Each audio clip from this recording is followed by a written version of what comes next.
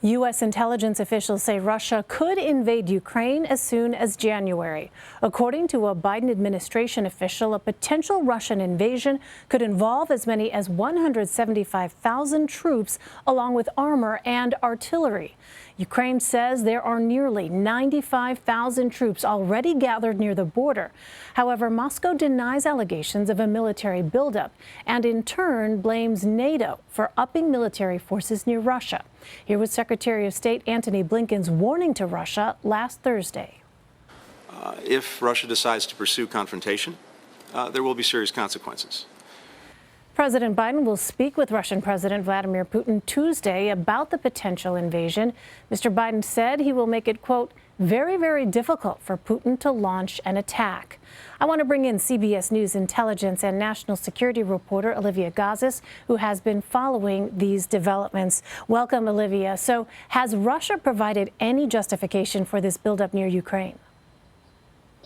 In its own unique way. As you pointed out, Elaine, President Putin has outright denied that he has any plans to invade Ukraine at this moment and claims that his military buildup is a response to U.S. and NATO provocations at his border.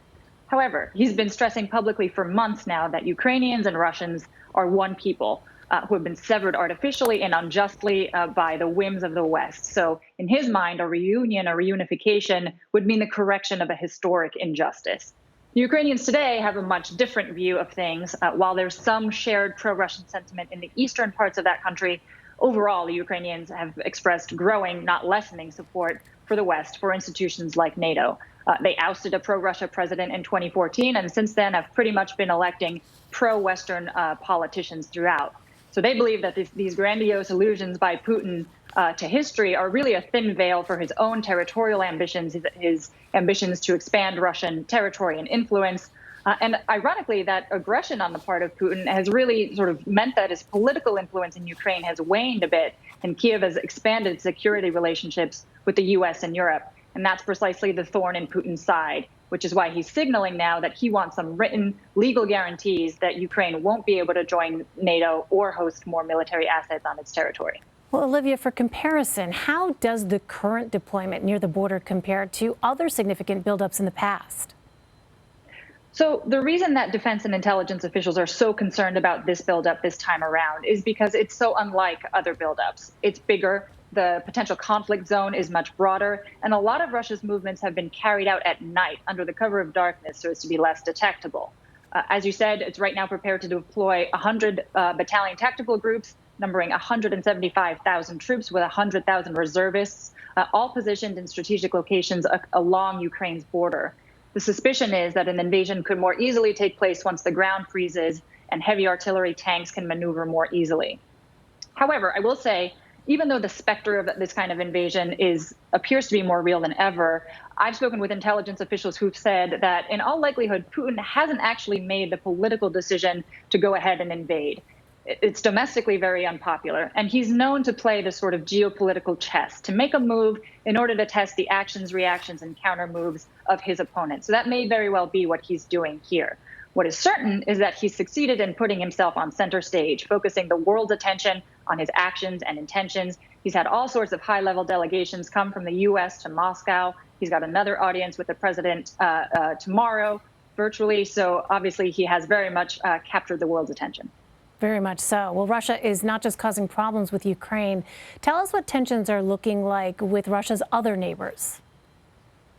Sure. So, and let me just point out that critics of this administration are really saying that Putin at this moment is capitalizing on what he thinks is weakness, is seizing the moment while the West is preoccupied with China, with COVID, with, the U.S. in particular, the drawdown in Afghanistan, to embark on some adventurism of his own.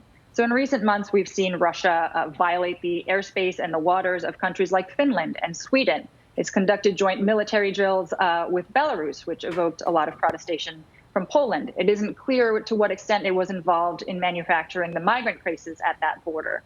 And of course, we've seen ongoing ransomware attacks from Russia, from criminal groups operating on Russian soil, that is. We've seen a very dangerous anti-satellite missile test that created a ton of dangerous space debris. So Putin is very much testing all kinds of boundaries in a lot of domains, most overtly in Ukraine. And even though there's this overall lack of clarity in his intentions and Putin's intentions, the U.S. has been sharing tremendous amounts of its intelligence with European partners in order to say it could get really real this time. And that's in an effort to make sure that we are all posing a unified front against Russia and making sure that any potential sanctions packages that are rolled out have as much sting as possible. So, Olivia, in the wake of this boundary testing, as you call it, how have bordering countries adjusted their militaries in response to Russian aggression? Sure. So, I mean, it's safe to say that all of Europe is on high alert. NATO a while ago deployed thousands of troops to Poland, Estonia, Latvia, and Lithuania. But even countries like Sweden, which are known for being assiduously neutral and removed from conflict, have conducted joint commando exercises with the United States because they say they cannot rule out the possibility of a military attack by Moscow. Even if it's unlikely, it's not impossible. Obviously, a major land war in Ukraine would plunge all of Europe into unprecedented crisis, or at least, significant crisis, which is why the EU and NATO have so persistently clung to any kind of diplomatic solution, calling on Moscow to explain its intentions and pull back its troops, or else face a really stringent, coordinated series of sanctions. So White House Press Secretary Jen Psaki says that call between President Biden and Russian President Putin will likely be a long one. Given what you just laid out, Olivia, what do you think are going to be sort of the top most urgent issues? Sure. It could be long and it could be charged, because the overarching goal here for the president is going to be to convince Putin that the costs of an invasion of Ukraine would be crippling and to coax him to sort of pursue this diplomatic path that everybody else favors. That's going to involve offering some off-ramps, some ways for Putin to be able to draw down his troops while preserving the appearance of victory, or at least of having won some concessions from the West. U.S. officials have been signaling for weeks that they're preparing a series of economic sanctions that, if they're deployed, would inflict a lot of pain on Russia's economy, that would target their access to the international banking system. Congress has pushed the administration to go even further and target Putin's personal wealth.